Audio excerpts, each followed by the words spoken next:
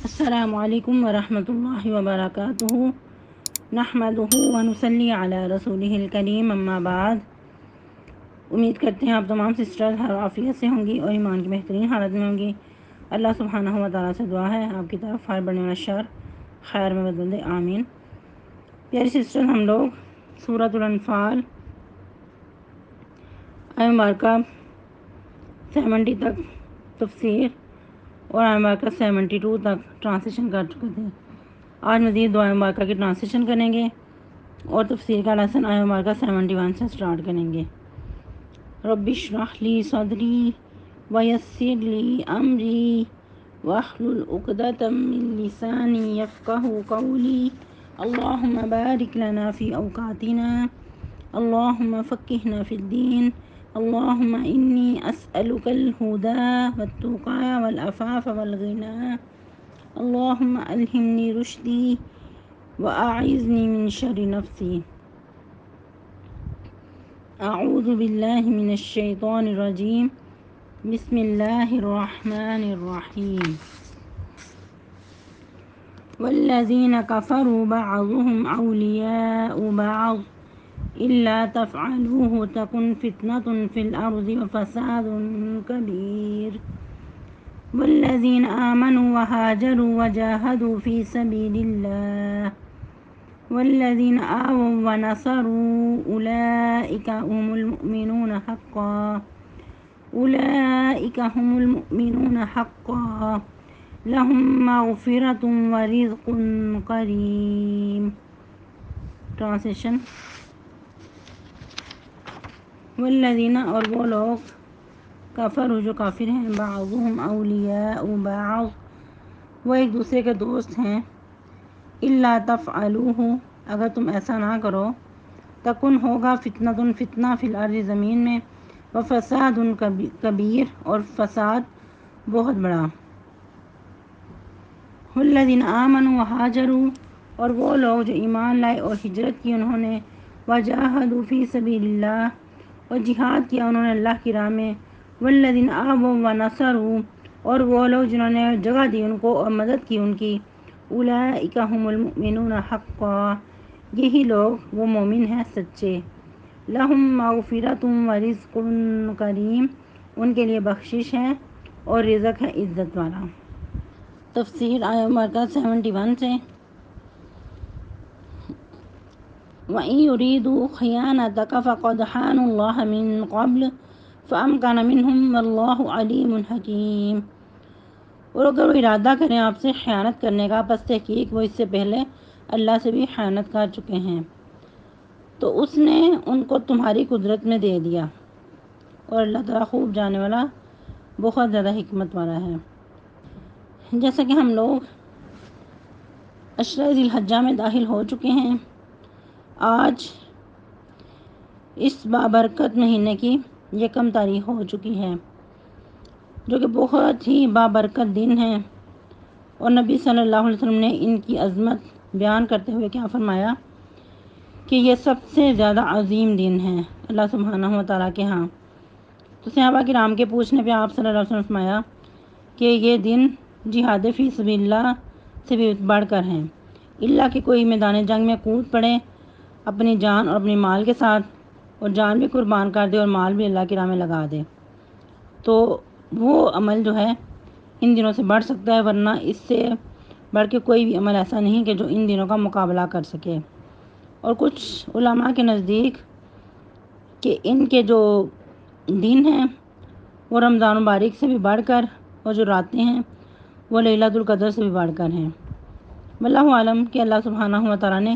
کتنی ہی زیادہ ان دنوں کی فضیلت رکھی ہے۔ خیر، تو اصل میں جو اناؤنسمنٹ کا مقصد ہے کہ ہم اپنے لیسن کو اسکپ تو نہیں کریں گے، لیکن بہت مختصر کرنے کی کوشش کریں گے، تو آپ لوگوں نے اس سے فائدہ اٹھاتے ہوئے ایک ایک لمحے کی قدر کرنی ہے اور ان دنوں کو بامقصد گزارنا ہے۔ تلاوت قرآن، تسبیحات، اور سب سے بڑھ کر جو یہ دن ہے تکبیرات کی کثرت کرنی ہے۔ ایسا نہیں کہ اب عید کی چھٹیاں، چلو ہم عید کی چھٹیاں سمجھ کے تو عید کی تیاریاں کرتے رہیں، نہیں، جتنی تیاریاں ہو چکی ہیں بس کافی ہیں۔ تو ان دنوں کو عظیم سمجھتے ہوئے ان سے کچھ نہ کچھ حاصل کر لیں۔ اللہ سبحانہ و تعالیٰ رمضان مبارک کے بعد اگر یہ دن ہماری زندگی میں لائے ہیں تو ان کی قدر کیجیے۔ اگر آپ لوگوں کے فرض روزے رہتے ہیں وہ بھی آپ ان دنوں میں قضائی دے سکتے ہیں، اور 9 روزے بھی رکھ سکتے ہیں اور اندر چھوڑ کے بھی رکھ سکتے ہیں۔ اور سب سے بڑھ کے جو 9 ذی الحجہ کا روزہ ہے، عرفہ کا روزہ، وہ لازمی رکھیے گا، ہر حال میں رکھیے گا۔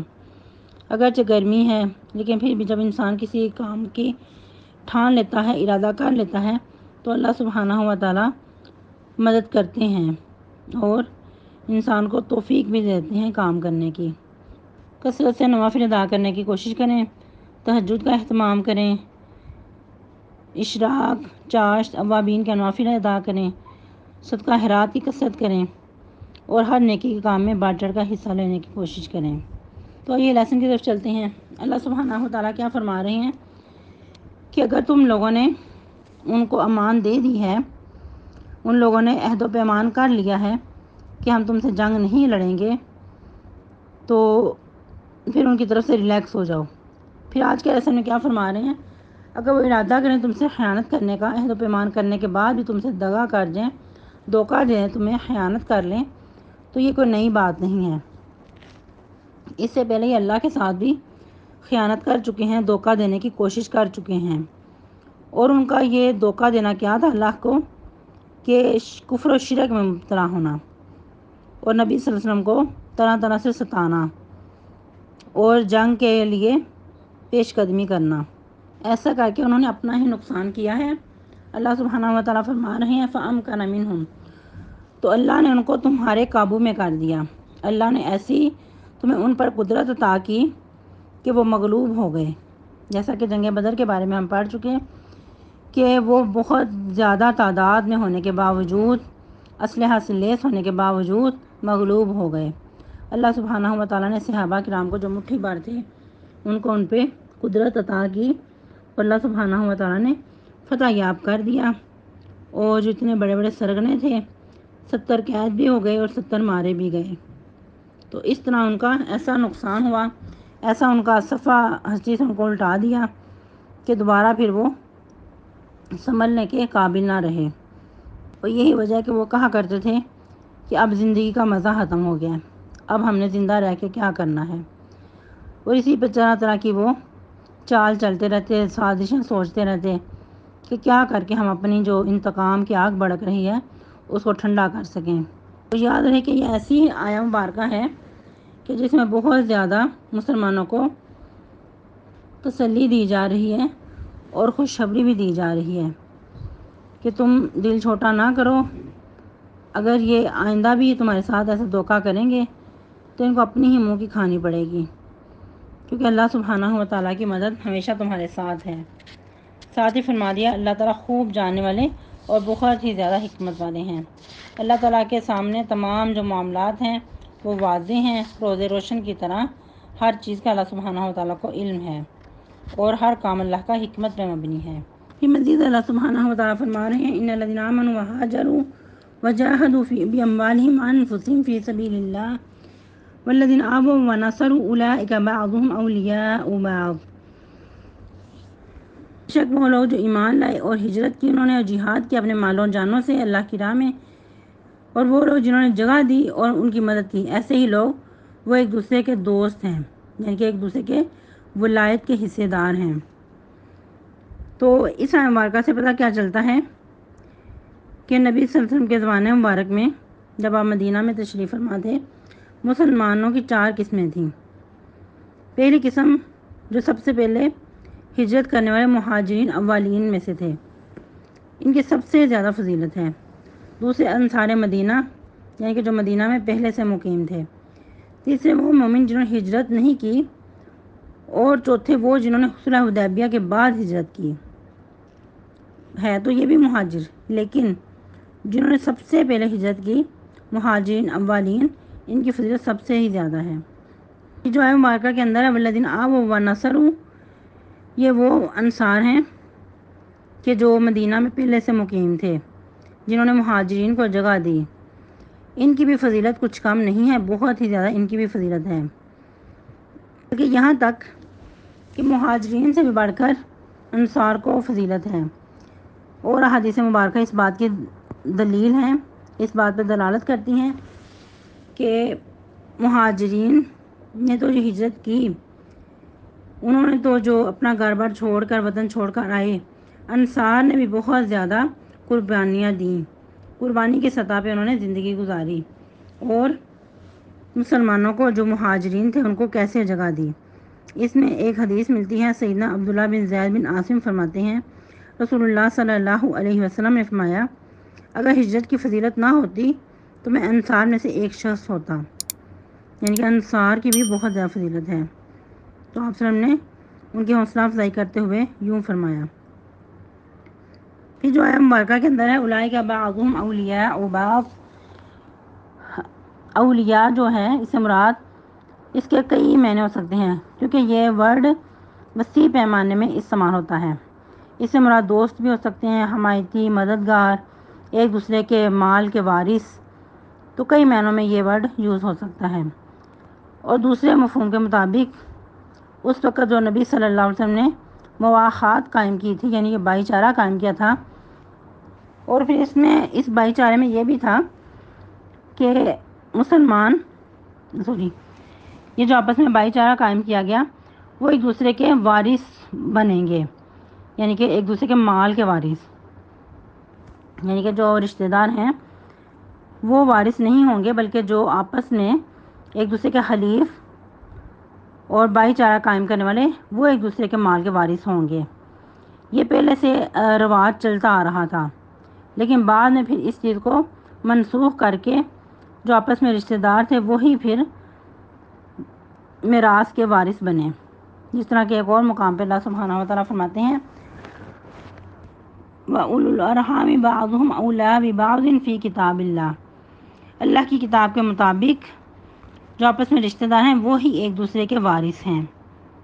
پہلا جو رواج تھا، جو پہلے سے ایک روایت چلتی آ رہی تھی، اس کو پھر منسوخ کر دیا گیا،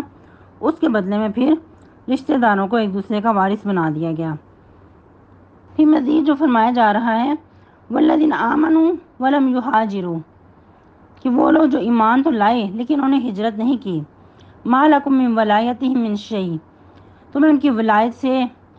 کوئی سروکار نہیں ہونا چاہیے، حتی یہاجروا، یہاں تک کہ وہ ہجرت کر جائیں۔ یاد رہے کہ یہ اس وقت کے تیسرے کیٹاگری کی بات ہو رہی ہے۔ مسلمانوں کے درمیان جو قسم کے لوگ تھے، کچھ تو اولین مہاجرین تھے اور کچھ انصار تھے، تو یہ ان میں سے تیسری جو قسم ہے وہ، یعنی کہ دارالاسلام قائم ہونے کے باوجود اس کی طرف ہجرت نہ کرنے اور کفار کی غلامی سے نہ نکلنے کا مطلب کیا ہے کہ ان کا ایمان کچا ہے۔ بعض لوگ تو معذور ہوتے ہیں، وہ ہجرت نہیں کر سکتے، جیسے کہ خواتین ہیں، بچے ہیں، جس طرح کہ سیدنا عبداللہ بن عباس فرماتے ہیں کہ میں بھی ان کمزور مسلمانوں میں سے تھا کہ جو ہجرت نہیں کر سکتے تھے۔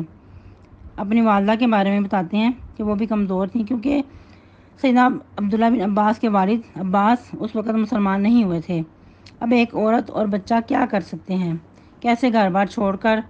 تو ہجرت کر کے اتنا دور اور کٹھن سفر طے کر کے تو مکے سے مدینہ جاتے،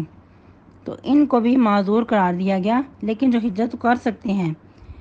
سستی کی وجہ سے، ایمان کی کمزوری کی وجہ سے ہجرت نہیں کرتے، تو ان کے بارے میں نبی صلی اللہ علیہ وسلم کو فرمایا جا رہا ہے کہ آپ کو ان کی ولایت سے کوئی سروکار نہیں ہونا چاہیے، یہاں تک کہ وہ دارالکفر کو چھوڑ کر دارالاسلام کی طرف ہجرت نہ کر جائیں۔ ایسے لوگوں کے ساتھ ولایت تو نہیں کی جا سکتی، لیکن وَإِن تَنْصُرُوكُمْ، اگر وہ مدد مانگے تم سے دین کے معاملے میں، فَعَلَيْكُمُ النَّصْرُ، تو تم پر ان کی مدد کرنا لازمی ہے، إِلَّا عَلَىٰ قَوْمٍ بَيْنَكُمْ وَبَيْنَهُم مِّيثَاقٌ، مگر وہ لوگ ایسی قوم میں سے ہوں کہ تمہارے ان کے درمیان ایک پختہ عہد ہو چکا ہو،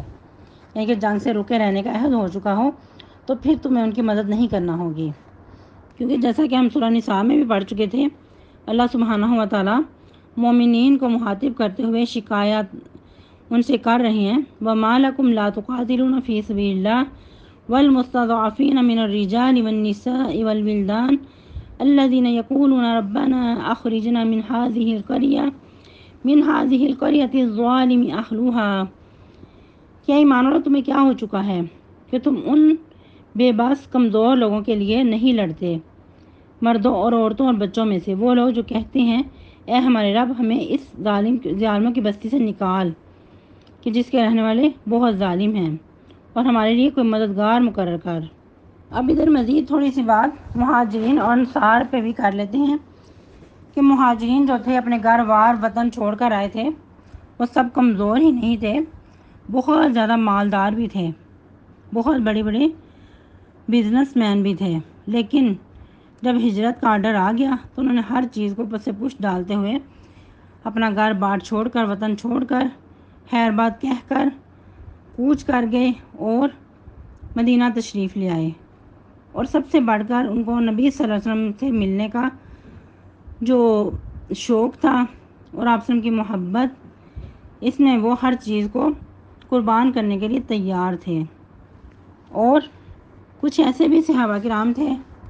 کہ جو بہت مالدار تھے، جب اپنا گھر بار چھوڑ کر اپنا کچھ خاص مال لے کر وہاں سے نکلے تو مشرکین نے رستہ روک لیا کہ ہم تمہیں نہیں جانے دیں گے جب تک اپنا مال ہمارے حوالے نہ کرو، یا پھر کہنے لگے کہ تم تو بہت مالدار تھے، اپنے مال کے بارے میں بتاؤ کہ کہاں ہے مال، ان سے چھین کر مزید مطالبہ کریں کہ اور بھی مال تھا وہ کہاں ہے۔ تو انہوں نے اس چیز کی پرواہ نہیں کی، جہاں کہیں چھپایا تھا اپنا مال بتا دیا کہ فلاں جگہ پہ چھپایا ہے، فلاں جگہ پہ زمین میں دبایا ہے، تو وہاں سے جا کر لے لو اور ہمارا راستہ نہ روکو، ہمیں جانے دو۔ یہ حالات تھے ان کے صحابہ کرام کے، کیونکہ ان کو پتا تھا کہ دنیا کی جو زندگی ہے وہ عارضی ہے، اصل میں جو سب سے بڑھ کر اللہ اور اس کے رسول کی محبت ہی ان کے نزدیک سب کچھ تھی۔ تو اسی چیز کو پھر وہ دنیا کو پس پوش ڈال کر نبی صلی اللہ علیہ وسلم کی محبت میں ہر چیز کو قربان کر کے تو اپنا سفر انہوں نے جاری و ساری کیا۔ اور پھر انصار کا دیکھیں کہ ان کے اندر کیسی محبت تھی ان کے بارے میں، انہوں نے ہر چیز کو پس پوش ڈالتے ہوئے آنے والوں کو جگہ دی، اپنے گھروں میں جگہ دی، اپنے کھانے پینے میں، ہر چیز میں ان کو جگہ دی، ویلکم کیا۔ قرآن مجید فرقان حمید میں اللہ سبحانہ و تعالیٰ نے کیا ہی خوبصورت نقشہ کھینچا ہے۔ اللہ سبحانہ و تعالیٰ کیا فرماتے ہیں ان کی فضیلت، ان کی عظمت میں، والذین تبوؤا الدار والایمان من قبلہم یحبون من ہاجر الیہم ولا یجدون فی صدورہم حاجۃ مما اوتوا ویؤثرون علی انفسہم ولو کان بہم خصاصۃ ومن یوق شح نفسہ فاولئک ھم المفلحون، کہ وہ لوگ جنہوں نے اپنے گھروں میں جگہ دی اور ایمان کی حالت میں، ان سے پہلے کہ جو ان سے محبت کرتے ہیں، جن کی جو وہ ہجرت کر کے ان کی طرف آئے ہیں، اور اپنے سینوں میں کسی قسم کی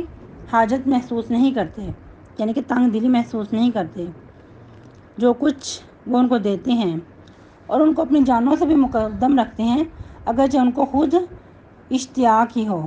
یعنی کہ خود ان کو حاجت بھی ہو، پھر وہ اپنے اوپر مہاجرین کو جگہ دیتے ہیں۔ پھر اللہ سبحانہ و تعالیٰ فرماتے ہیں جو کئی نفس کی بخیلی سے بچا لیا گیا تو ایسے ہی لوگ کامیاب ہونے والے ہیں۔ نفس کی بخیلی کے باوجود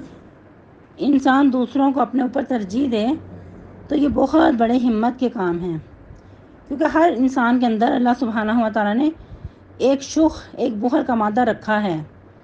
لیکن جب انسان اس کو دبا لیتا ہے، دوسروں کو اپنے اوپر ترجیح دیتا ہے، تو پھر یقیناً انسان کے اندر سے بخل ختم ہو جاتا ہے، انسان کے اندر سے بخل دب جاتا ہے۔ تو پھر ایسے ہی لوگوں کی صفت بیان کی گئی، اولئک ھم المفلحون، ایسے ہی لوگ پھر کامیاب ہونے والے ہیں۔ اسی لیے پھر ان کی بہت بڑی بڑی مثالیں احادیث مبارکہ سے ملتی ہیں کہ انہوں نے کیسے مہاجرین کو جگہ دی، کس طرح ان کو ویلکم کیا، کیسے انہوں نے دوسروں کو، آنے والوں کو ترجیح دی، حالانکہ خود بھی وہ اس بات سے یعنی نعمتوں سے محروم تھے، لیکن جتنی بھی ان کے پاس نعمتیں تھیں اس میں سے انہوں نے دوسروں کو حصہ دیا۔ یہ کچھ واقعات آپ خود ریسرچ کر کے تو اپنے لیسن کے اندر ایڈ کریں گے، لازمی آپ لوگوں نے بتانے ہیں۔ اس کے علاوہ اہم اناؤنسمنٹ کہ آپ لوگ لیسن کے اندر تھوڑا سا خیال رکھا کریں، جس طرح کہ کچھ بہنیں سیدنا عباس رضی اللہ تعالیٰ عنہ کے بارے میں کبھی عبداللہ بن عباس کہہ جاتی ہیں، یعنی کہ ابن عباس، اور کبھی عباس۔ یاد رہے کہ عباس رضی اللہ تعالیٰ عنہ آپ صلی اللہ علیہ وسلم کے چچا تھے، اور ابن عباس رضی اللہ تعالیٰ عنہ کے بیٹے تھے۔ عبداللہ بن عباس جو کہ مفسر قرآن ہیں، تو اس میں جو ڈفرینٹ ہے وہ واضح رکھا کریں، اس طرح کی چیزوں کو گڈ مڈ نہ ہونے دیا کریں، اور لیسن سناتے وقت عربی ٹیکسٹ کا بہت ہی خیال رکھا کریں، اور یہ بھی خیال رکھا کریں کہ ٹرانسلیشن کرتے وقت ضمیریں ادھر کی ادھر نہ جائیں۔ بعض اوقات بات کی طرف کہیں اور ہو رہی ہوتی ہے تو آپ کچھ اور کر رہے ہوتے ہیں، کسی اور کی طرف ضمیر کو کر رہے ہوتے ہیں، تو اس طرح پہ میننگ مفہوم میں بہت زیادہ تبدیلی آ جاتی ہے۔ اللہ سبحانہ و تعالیٰ ایسی تحریف سے بچا کے رکھے، آمین۔ سبحانک اللہم ربنا و بحمدک، نشہد ان لا الہ الا انت، نستغفرک و نتوب الیک۔ السلام علیکم و رحمۃ اللہ وبرکاتہ۔ صلی اللہ علی النبی۔